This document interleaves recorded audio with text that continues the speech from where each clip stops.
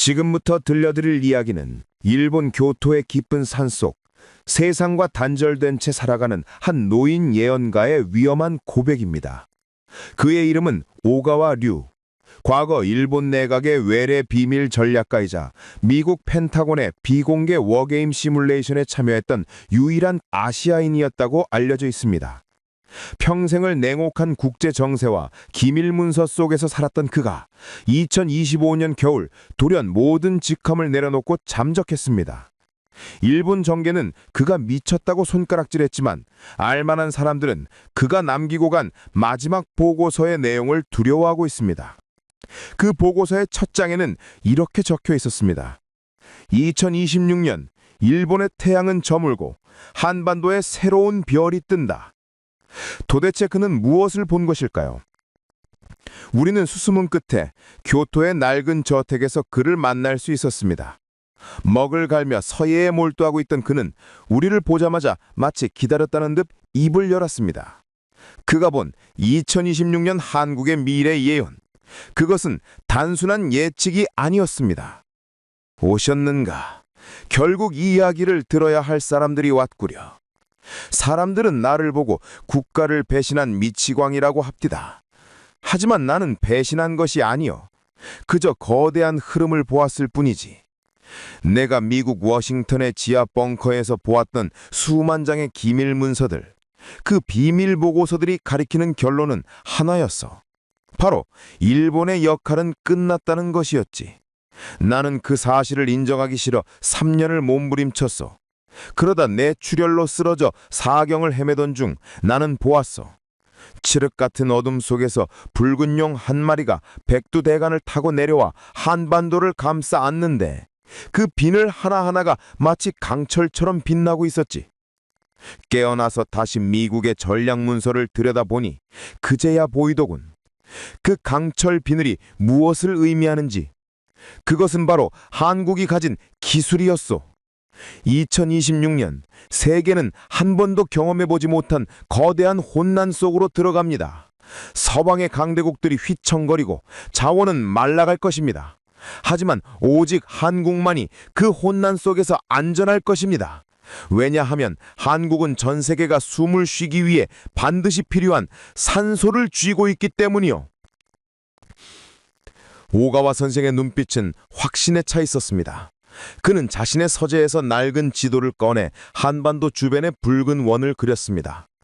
그가 예언한 첫 번째 미래는 바로 2028년 한반도를 둘러싼 보이지 않는 방패의 등장입니다.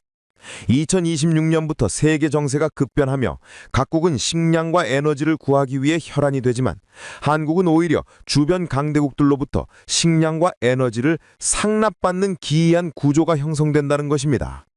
그는 이것을 반도체 방패이자 기술 식량이라고 명명했습니다.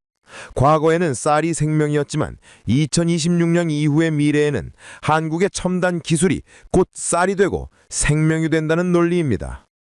잘 들으시오. 2027년이 지나면 전 세계적으로 마른 다지의 시기가 옵니다. 기후변화로 곡물 생산이 줄고 에너지는 무기화될 것이오. 이때 일본은 돈다발을 들고 식량을 구하러 다녀야 할 신세가 될 것입니다. 하지만 한국은 가만히 앉아 있어도 미국과 유럽, 심지어 중국까지 식량과 가스를 싣고 부산항으로 들어오게 됩니다. 왜 그런 줄 아시오? 앞으로 한국이 생산할 특기한 반도체와 배터리 없이는 그들의 미사일도 전기차도 스마트 도시도 전부 고철 덩어리에 불과하기 때문이요. 미국의 전문가들이 작성한 블루 페이퍼에는 이미 한국을 대체 불가능한 코어라고 명시하고 있어. 이것은 한국이 예뻐서가 아닙니다. 한국이 망하면 서방 세계 시스템 전체가 멈추기 때문에 그들은 자신들의 생존을 위해 한국을 철통같이 지킬 수밖에 없는 것이요. 이것이 바로 내가 본 강철용의 정체요. 우리 일본이 그토록 가지고 싶어 했던 절대적 지위를 얄곱게도 한국이 2028년에 완성하게 되는 것이요. 그의 설명은 소름 끼치도록 구체적이었습니다. 오가와 선생은 붓을 들어 화선지에 1000명이라는 두 글자를 썼습니다. 그는 2026년 이후에 한국의 운세가 단순히 경제적 부유함을 넘어 국가의 격이 바뀌는 시기라고 장조했습니다. 과거 한국이 강대국들 사이에서 눈치를 보던 새우였다면 이제 한국은 고래들이 함부로 건들지 못하는 독찜을 문 가오리 혹은 여유주를 문 용으로 승천한다는 것입니다. 특히 그는 이 시기에 한국 국민들이 겪게 될 심리적인 변화에 대해서도 언급했습니다. 한국인들은 자신들이 얼마나 대단한 것을 쥐고 있는지 모른다며 혀를 차기도 했습니다. 한국의 내 또래들은 평생을 어려운 시기를 극복하며 가족 걱정 속에 살았다고 알고 있어. 하지만 이제 자식 걱정은 하지 않아도 됩니다. 2026년이 지나면 당신들의 자녀와 손자들은 전 세계가 모셔오려는 귀한 몸이 될 것이니 내가 붓끝에서 느낀 기운은 한국의 기술자들이 만드는 칩 하나, 배터리 하나에 서방 세계의 명운이 달려있다는 것이요. 이것은 단순한 산업이 아닙니다. 21세기의 식량이요. 쌀떡이 가득 찬 집에는 도둑이 들지 못하는 법이지. 미국이라는 거대한 경비견이 쌀떡을 지키기 위해 한국의 대문 앞을 밤낮으로 지킬 것이니 전쟁의 공포나 침략의 두려움은 잊어도 좋소. 오히려 두려워해야 할 것은 일본이지. 우리 일본은 가진 기술은 낡고 땅은 흔들리고 있으니 2030년이 오기 전에 이 흐름을 바꿀 수만 있다면 내 목숨이라도 내놓을겠지만 이미 붓은 던져지고 먹물은 한반도로 번졌어. 오가와류 선생의 탄식은 깊었습니다. 그는 일본의 몰락을 예견하며 눈시울을 붉혔지만 동시에 한국의 부상은 거스를 수 없는 하늘의 뜻이라며 담담하게 인정했습니다. 그런데 그의 예언은 여기서 끝이 아니었습니다. 그는 잠시 숨을 고르더니 지도의 북쪽, 바로 중국 대륙과 맞닿은 만주 지역을 손가락으로 가리켰습니다. 반도체가 한국을 지키는 방패라면 이곳은 한국이 뻗어나갈 새로운 몸통이다. 그가 말한 2030년대의 충격적인 미래, 바로 만주의 귀환에 대한 이야기가 이어집니다. 총 한 방 쏘지 않고 거대한 대륙의 땅이 한국의 품으로 들어온다는 믿기 힘든 예언. 과연 2033년 동북아시아에는 무슨 일이 벌어지는 것일까요? 오가와 선생은 잠시 붓을 내려놓고 창밖의 북쪽 하늘을 응시했습니다. 그의 깊게 패인 주름 사이로 복잡한 감정이 스쳐 지나갔습니다. 그는 조용하지만 단호한 목소리로 2026년부터 시작된 한국의 상승 기운이 2030년대에 이르러 대륙의 지도를 어떻게 바꾸어 놓았는지 설명하기 시작했습니다. 그가 본 미래의 지도에서 국경선은 그대로였지만 그 땅을 지배하는 색깔은 분명히 바뀌어 있었습니다. 이것은 총칼로 뺏는 것이 아니었습니다. 마치 자석에 이끌리듯 대륙의 땅이 스스로 한국의 품으로 들어오는 기이한 현상이었습니다. 2033년 중국이라 불리는 거대한 붉은 용은 늙고 병들게 됩니다. 내가 미국 첩보국의 보고서를 분석할 때 가장 주목했던 시나리오가 바로 베이징의 통제력 상실이었습니다. 겉으로는 화려해 보이지만 그 내부는 이미 썩어가고 있습니다. 부동산 거품이 꺼지고 지방정부의 빚이 감당할 수 없을 만큼 불어나면 결국 중앙정부는 먼 변방인 동북삼성, 즉 옛 만주 땅까지 챙길 여력이 없어집니다. 이때 만주 지역의 지방정부들은 생존을 위해 각자 도생의 길을 선택하게 되는데 그들이 손을 내밀 곳은 오직 하나, 바로 옆에 붙어 있는 번영의 땅, 한국뿐입니다. 이것은 정치적인 합병이 아닙니다. 먹고 살기 위한 필사적인 경제적 귀순입니다. 내가 본 환영 속에서 2033년의 만주는 어둠에 잠겨 있었습니다. 전력 공급이 끊기고 식량을 구할 길이 막힌 그 땅의 사람들이 불이 환하게 켜진 한반도를 향해 울부짖고 있었습니다. 그때 기적 같은 일이 벌어집니다. 한국 정부가 인도적 차원이라는 명분으로 만주 지역에 전기를 보내주고 한국의 6G 통신망을 깔아주기 시작하는 것입니다. 그 순간 만주의 조선족들은 물론이고 한족들까지 한국의 드라마를 보고 한국의 화폐로 물건을 사고 한국의 시스템 속에서 살아가기를 간절히 원하게 됩니다. 지도상의 국경선은 그대로 중국 땅일지 몰라도 실질적으로 그 땅을 움직이는 주인은 한국이 되는 것입니다. 이것이 바로 현대판 영토약정입니다. 군인 한 명 보내지 않고 경제와 문화의 힘으로 거대한 영토를 실질적으로 지배하게 되는 것입니다. 이 현상을 두고 서양의 전략가들은 경제적 흡수라고 분석했지만 나는 나름의 영적 수행을 통해 이 현상의 진짜 이유를 알게 되었습니다. 이것은 단순한 돈의 논리가 아닙니다. 바로 땅의 기억이 되살아난 것입니다. 만주는 수천 년간 옛 한국의 고구려와 발해의 기상이 서려 있던 땅입니다. 그 땅의 지명이 주인을 알아보는 것입니다. 2026년부터 한반도로 몰려든 강력한 우주의 기운이 넘쳐 흐르다 못해 압록강과 두만강을 넘어 옛 조상들의 땅으로 뻗어나가는 형국입니다. 내가 영적인 눈으로 보았을 때 만주벌판의 흙들이 한국의 기운에 반응하여 진동하고 있었습니다. 마치 오랫동안 헤어졌던 자식이 어머니의 품으로 돌아가고 싶어하는 듯한 거부할 수 없는 피의 끌림이 그 땅에 작용하고 있는 것입니다. 한국의 기업들이 만주에 공장을 세우고 그곳을 거대한 식량기지로 만들면서 한국은 식량 자급률 문제를 완벽하게 해결하게 됩니다. 만주에서 생산된 쌀과 밀이 한국으로 들어오고 한국의 기술은 만주를 다시 풍요롭게 합니다. 미국과 주변국들조차 이러한 변화를 묵인하고 오히려 환영하게 됩니다. 왜냐하면 붕괴해가는 중국을 관리할 수 있는 유일한 대안이 한국뿐이라는 것을 그들도 알기 때문입니다. 미국의 비밀 전략 문서는 이미 이 시나리오를 만주가 한국의 영향력 아래 들어가는 것이 동북아시아의 평화를 위해 가장 이상적인 결말이라고 결론지었습니다. 오가와 선생은 잠시 말을 멈추고 씁쓸한 미소를 지었습니다. 그는 일본인으로서 과거 자신의 조상들이 그토록 탐내고 가지고 싶어했던 만주 땅이 결국은 원래의 주인인 한국에게 돌아가는 역사의 아이러니를 목격하고 있는 셈이었습니다. 그는 이것을 사필 규정이라 표현했습니다. 모든 일은 반드시 올바른 이치대로 돌아간다는 뜻입니다. 2033년에 한국은 남쪽으로는 반도체와 기술로 바다를 지배하고 북쪽으로는 만주라는 광활한 배후지를 얻어 명실상부한 대륙 국가로서의 위용을 되찾게 됩니다. 좁은 반도에 갇혀있던 호랑이가 드디어 등뼈를 곧게 펴고 대륙을 향해 포효하는 순간이 오는 것입니다. 하지만 빛이 강하면 그림자도 짙은 법입니다. 한국이 이렇게 승승장구하며 대륙의 기운을 흡수하는 동안 바다 건너 나의 조국 일본은 처참한 몰락의 길을 걷게 됩니다. 2026년부터 시작된 한국의 융성은 일본에게는 재앙의 서막과도 같습니다. 한국이 만주를 경영하며 제2의 전성기를 누릴 때 일본 일도는 불의 고리가 깨어나며 물리적인 생존마저 위협받는 절제절명의 위기에 빠집니다. 2040년을 전후하여 일본인들이 살기 위해 돈보따리를 싸들고 한국으로 향하는 믿기 힘든 대이동이 시작됩니다. 이것은 단순한 이민이 아닙니다. 한때 자신들이 지배했던 나라에 이제는 난민이 되어 혹은 보호를 받기 위해 머리를 숙이고 들어오는 역사의 대반전입니다. 다음 이야기는 바로 그 처절한 일본의 운명에 대한 것입니다. 오가와 선생의 붓끝이 가늘게 떨리고 있었습니다.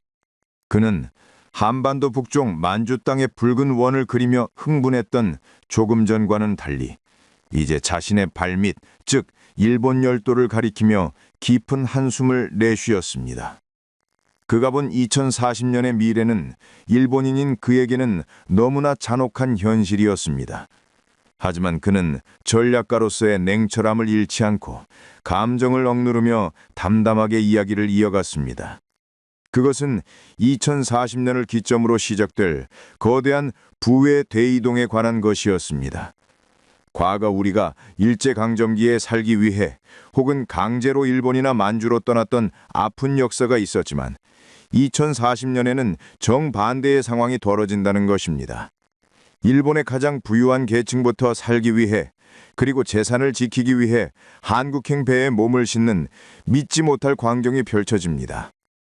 내가 미국 랜드 연구소의 기후 및 지질 보고서를 보았을 때 가장 충격적이었던 문구는 일본은 더 이상 선진 문명을 유지할 수 있는 집안이 아니다 라는 것이었습니다. 2038년부터 불의 고리라 불리는 환태평양 조산대의 활동축이 미묘하게 이동하기 시작합니다. 당장 일본이 바닷속으로 가라앉는다는 허황된 영화 같은 이야기가 아닙니다. 하지만 끊임없이 이어지는 중규모의 진동과 해수면 상승, 그리고 그로 인한 원전과 산업시설의 불안정성은 일본이라는 국가의 기능을 마비시키기에 충분합니다. 도쿄와 오사카의 고층 빌딩은 더 이상 부의 상징이 아니라 공포의 대상이 되고 일본의 보험사들은 파산을 선언하며 더 이상 부동산에 대한 보증을 서주지 않게 됩니다. 이때 일본의 노인들과 자산가들이 눈을 돌리는 곳은 단 한 곳, 바로 바다 건너 한국입니다. 그들이 보기에 한국은 기적의 땅입니다. 지질학적으로 유라시아판의 가장 단단한 안반 위에 위치한 한반도는 주변의 천지개벽 속에서도 거짓말처럼 고요하고 안전하기 때문입니다. 나는 깊은 명상 속에서 이 현상을 영적으로 확인했습니다. 한반도는 지구라는 거대한 생명체의 단전, 즉 에너지가 응축되어 꽉 잡혀있는 배꼽과도 같은 것입니다. 반면 일본 열도는 그 단전을 보호하기 위해 거센 파도를 막아내는 방파제의 운명을 타고났습니다. 방파제가 파도에 깎이고 흔들리는 것은 슬프지만 피할 수 없는 숙명입니다. 2040년이 되면 부산과 경상남도 그리고 제주도에는 일본어 간판이 즐비한 재팬타운이 형성될 것입니다. 하지만 이것은 과거의 가난한 이주민촌이 아닙니다. 일본에서 평생 모은 재산을 처분해 한국의 안전한 아파트와 땅을 사려는 일본 부호들의 고급 거주지입니다. 그들은 한국의 땅 한 평을 사기 위해 금괴를 싸들고 와서 한국인 집주인에게 고개를 숙이게 됩니다. 내가 본 미래의 부산항은 일본에서 건너오는 이삿짐 선박들로 가득 차 있었습니다. 한국 정부는 까다로운 조건을 내걸고 이들을 선별적으로 받아들이지만 몰려드는 인파를 막을 수 없을 정도입니다. 이로 인해 한국 남부지방의 부동산 가치가 상상을 초월할 정도로 폭등하게 되고 한국은 앉아서 막대한 외화를 벌어들이게 됩니다. 이것을 두고 누군가는 통쾌한 복수라고 할지 모르겠습니다. 하지만 오가와 선생은 이것을 역사의 저울이 맞춰지는 과정이라고 설명했습니다. 과거 일본이 한국의 땅과 쌀을 수탈해 부를 쌓았다면 이제는 그 부를 다시 한국에 반납하고 생존을 구걸해야 하는 시기가 온 것입니다. 미국과 서방 세계조차 이러한 흐름을 거스를 수 없습니다. 오히려 그들은 한국을 아시아의 노아의 방주로 지정하고 자신들의 주요 기업 본사와 아시아 지부를 도쿄에서 서울과 부산으로 대거 이전하게 됩니다. 일본이 가지고 있던 아시아 금융허브의 지위가 자연재해라는 불강력의 힘으로 인해 한국으로 통째로 넘어오는 것입니다. 특히 주목해야 할 곳은 제주도입니다. 2040년의 제주도는 단순한 관광지가 아닙니다. 일본뿐만 아니라 전 세계의 은퇴한 부호들이 가장 살고 싶어하는 지상낙원이 됩니다. 오가와 선생은 지도상의 제주도를 가리키며 이곳은 영적으로 치유의 기운이 솟구치는 용의 여의주라고 표현했습니다. 불안한 땅에서 평생을 긴장하며 살던 일본인들에게 단단한 현무암반 위에 지어진 한국의 집은 그 자체로 평화이자 구원입니다. 그들은 한국의 건강보험 혜택을 받기 위해 막대한 기부금을 내고서라도 영주권을 따려 할 것입니다. 한국인이라는 신분 자체가 2040년에는 전 세계에서 가장 비싼 보험 증서가 되는 셈입니다. 오가와 선생은 창밖에 흔들리는 나무를 보며 나지막히 읊조렸습니다. 내 조국 일본은 이제 한국을 빛내주는 조연으로 물러나게 될 것입니다. 슬프지만 한국이 든든하게 버텨줘야 우리 일본 사람들도 기댈 곳이 생기는 것이니 한국의 부상을 축복해주는 것이 내 마지막 도리겠지요. 그의 눈에는 깊은 회환과 함께 한국에 대한 묘한 경외심이 서려 있었습니다. 하지만 이렇게 전 세계가 한국을 우러러보는 2050년이 다가오면 한국은 단순히 잘 사는 나라가 아니라 세계를 질서잡고 분쟁을 해결하는 어른 국가로서의 책임을 요구받게 됩니다. 오가와류가 예언한 마지막 미래, 바로 미국과 중국을 넘어 세계를 조율하는 현자의 나라로서의 대한민국, 백범김구 선생이 그토록 꿈꾸었던 높은 문화의 힘이 완성되는 2050년의 감동적인 피날레가 이어집니다. 오가와 선생의 서재 한쪽 평면에는 낡은 세계지도 한 장이 걸려 있었습니다. 그는 붓을 들어 그 지도의 중심, 바로 한반도에 점을 찍으며 입을 열었습니다. 2026년부터 시작된 격변의 세월을 지나 드디어 2050년에 이르러 대한민국이 도달하게 될 마지막 종착지에 대한 이야기입니다. 그것은 우리가 흔히 상상하는 강대국의 모습과는 달랐습니다. 미국처럼 거대한 군사력으로 남을 위협하거나 과거 몽골 제국처럼 땅을 넓히는 패권 국가가 아니었습니다.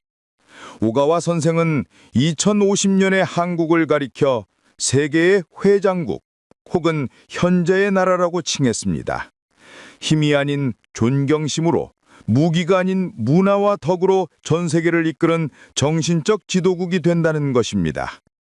내가 워싱턴과 베이징의 전략가들과 수없이 나눴던 비공개 토론의 결론은 늘 같았습니다. 미국과 중국 두 거인의 싸움은 결국 둘 다 지치게 만들 것이다. 그때 누가 이 혼란스러운 세계를 중재할 것인가? 놀랍게도 그 답은 항상 한국이었습니다. 2050년 세계는 더 이상 총칼로 해결할 수 없는 복잡한 문제들에 직면합니다. 기후위기, AI 윤리, 빈부격차, 이런 문제 앞에서 강대국들의 힘은 무용지물입니다. 이때 세계는 가장 도덕적이고 가장 높은 교육 수준을 갖췄으며 동양의 정신과 서양의 시스템을 완벽히 융합해낸 한국에게 해법을 묻게 됩니다. 한국의 말이 곧 세계의 표준이 되고 한국의 결정이 국제사회의 규칙이 되는 시대가 오는 것입니다. 이것은 나의 영적인 스승들이 말했던 널리 인간을 이롭게 하라는 정신이 전지구적으로 실현되는 과정입니다. 2050년이 되면 현재 뉴욕과 제네바에 있는 유엔의 핵심 기구들이 서울과 비무장지대 근처 평화공원으로 이전하게 될 것입니다. 이것은 내가 본 미래의 가장 확실한 장면 중 하나입니다. 세계의 외교관들이 분쟁을 해결하기 위해 한국 땅을 밟고 한국의 중재안에 서명을 합니다. 과거 강대국들의 틈바구니에서 생존을 걱정했던 한국이 이제는 강대국들을 자리에 앉히고 호통을 치며 화해시키는 어른의 위치에 오르게 되는 것입니다. 서양의 싱크탱크들은 이것을 한국의 지정학적 기적이라고 부르지만 나는 이것을 하늘이 내린 사명이라고 부릅니다. 오가와 선생은 잠시 눈을 감고 회상에 잠겼습니다. 한국의 독립운동가 백범 김구 선생이 했던 말을 기억합니까? 오직 한없이 가지고 싶은 것은 높은 문화의 힘이다. 나는 일본인으로서 그 말을 비웃었던 적이 있어. 총이 있어야 나라를 지키지 문화가 무슨 소용이냐고. 하지만 100년이 지난 지금 결국 그분의 말이 맞았소. 2050년의 한국은 전 세계인들이 가장 닮고 싶어하는 품격 있는 나라가 되어 있었습니다. 세계인들은 한국의 음악을 듣고 한국의 음식을 먹으며 한국의 예절과 효사상을 배웁니다. 이것은 강제로 시킨 것이 아닙니다. 한국이 보여주는 삶의 방식이 너무나 매력적이고 고귀해 보이기 때문에 전 세계가 자발적으로 한국을 정신적 스승으로 모시는 것입니다. 내가 본 2050년의 거리 풍경은 감동적이었습니다. 피부색이 다른 전 세계의 젊은이들이 한국어를 유창하게 구사하며 한국의 철학을 공부하기 위해 한국의 대학으로 몰려들고 있었습니다. 그들에게 한국은 단순한 선진국이 아니라 인류가 나아가야 할 방향을 제시해주는 등대와 같은 존재였습니다. 일본이 과거에 칼로 세계를 지배하려다 실패했다면 한국은 붓과 마음으로 세계를 정복하고 있었습니다. 이것이야말로 진정한 승리가 아니겠습니까? 힘으로 뺏은 것은 언젠가 다시 뺏기지만 마음으로 얻은 존경은 영원히 사라지지 않는 법입니다. 오가와 선생은 씁쓸하지만 후련한 표정으로 나를 바라보았습니다. 내 조국 일본은 경제적으로 부유했을지 몰라도 전 세계로부터 존경받은 적은 없었소. 하지만 한국은 해냈소. 가난과 전쟁, 분단의 아픔을 겪었기에 타인의 고통을 이해하고 감싸 안을 수 있는 그릇이 만들어진 것이요. 2050년 한국은 그 아픈 상처들을 훈장처럼 달고 세계의 가장 높은 자리에 앉아 있을 것입니다. 이제 모든 예언의 조각이 맞춰졌습니다. 2026년의 경제적 요약, 2033년의 영토적 확장, 2040년의 부의 이동, 그리고 2050년의 정신적 지도국 등급까지. 이것은 우연이 아니라 정해진 순서대로 다가오고 있는 필연적인 미래입니다. 그렇다면 이 거대한 축복의 시기를 맞이할 우리 개인은 지금 무엇을 준비해야 할까요? 오가와 선생은 마침내 붓을 내려놓았습니다.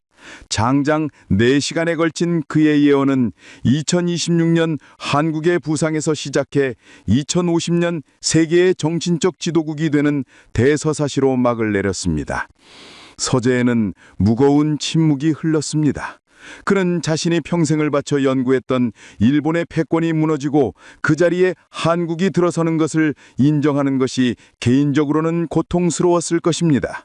하지만 그는 전략가와 수행자로서 사사로운 감정을 넘어 진실을 전달해야 한다는 사명감이 더욱 커 보였습니다. 그는 마지막으로 나를 정면으로 응시하며 한국인들에게 뼈있는 조언을 남겼습니다. 거대한 국군이 들어올 때 개인이 그 복을 온전히 자신의 것으로 만들기 위해 반드시 지켜야 할 마음의 법칙에 관한 이야기였습니다. 그가 말하길 국군은 마치 하늘에서 쏟아지는 거대한 비와 같다고 했습니다. 2026년부터 한국에는 황금비가 쏟아질 것입니다. 하지만 아무리 비가 많이 와도 내 그릇이 뒤집혀 있거나 깨져 있으면 물을 한 방울도 담을 수 없습니다. 오가와 선생은 한국인들이 지금 당장 해야 할 일은 그릇을 키우는 일이라고 강조했습니다. 그는 특정 종교를 믿으라고 말하지 않았습니다. 대신 우주의 절대적인 법칙인 인과운보와 적선, 즉 덕을 이야기했습니다. 당신들의 조상들이 흘린 피와 땀과 덕이 모여 지금의 대한민국을 만들었소. 이제 당신들이 그 열매를 따먹을 차례지만 동시에 당신들도 후손을 위해 덕을 쌓아야 이 영광이 2050년을 넘어 100년, 200년 이어질 것입니다. 오가와 선생은 구체적인 행동 지침으로 두 가지를 꼽았습니다. 첫째, 입으로 짓는 업을 조심하라는 것입니다. 세계 1등 국가의 국민이 되려면 말과 행동에서도 품격이 흘러나와야 합니다.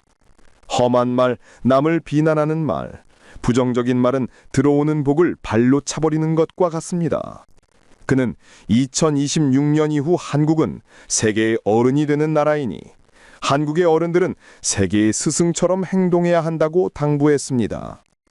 길가에 떨어진 휴지 하나를 줍는 마음, 타인에게 건네는 따뜻한 말 한마디가 보이지 않는 통장에 저축되어 결정적인 위기의 순간에 나를 지켜주는 운으로 돌아온다는 것입니다. 둘째, 감사하는 마음을 잃지 말라는 것입니다. 그는 한국이 겪은 지난 세월의 고난이 결코 헛된 것이 아니었음을 강조했습니다. 고통은 사람을 깊게 만들고 국난은 민족을 강하게 만듭니다. 한국이 세계의 지도국이 될 자격이 있는 이유는 바닥까지 내려가 본 경험이 있기 때문입니다. 지금 우리가 누리는 평화와 번영을 당연하게 여기지 않고 먼저 가신 분들과 하늘에 감사하는 마음을 가질 때 그 겸손함이 더 큰 복을 불러온다는 것입니다. 거만한 제국은 반드시 망하지만 겸손한 강대국은 영원하다는 것이 역사가 주는 교훈이자 오가와 선생의 마지막 경고였습니다. 이제 오가와 류 선생의 모든 예언은 끝났습니다. 교토의 산속에서 만난 그는 마지막으로 붓을 들어 필연이라는 두 글자를 남겼습니다. 이 모든 것은 어쩌면 우리가 알지 못하는 사이에 이미 시작되고 있었는지도 모릅니다. 일본의 최고지성이 자신의 조국이 아닌 한국을 선택한 이 충격적인 예언은 우리에게 단순한 자부심을 넘어 무거운 책임감을 느끼게 합니다. 다가올 미래는 준비된 자에게는 축복이지만 준비되지 않은 자에게는 그저 스쳐 지나가는 바람일 뿐입니다. 부디 이 예언서가 여러분의 삶의 작은 등불이 되어 다가올 격변의 시기에 길을 잃지 않고 풍요와 행복의 땅으로 인도하는 나침반이 되기를 바랍니다. 오가와 류가 본 2050년의 지도 위에서 가장 밝게 빛나고 있던 나라 대한민국, 그 찬란한 미래의 주인공은 바로 지금 이 글을 읽고 있는 여러분입니다.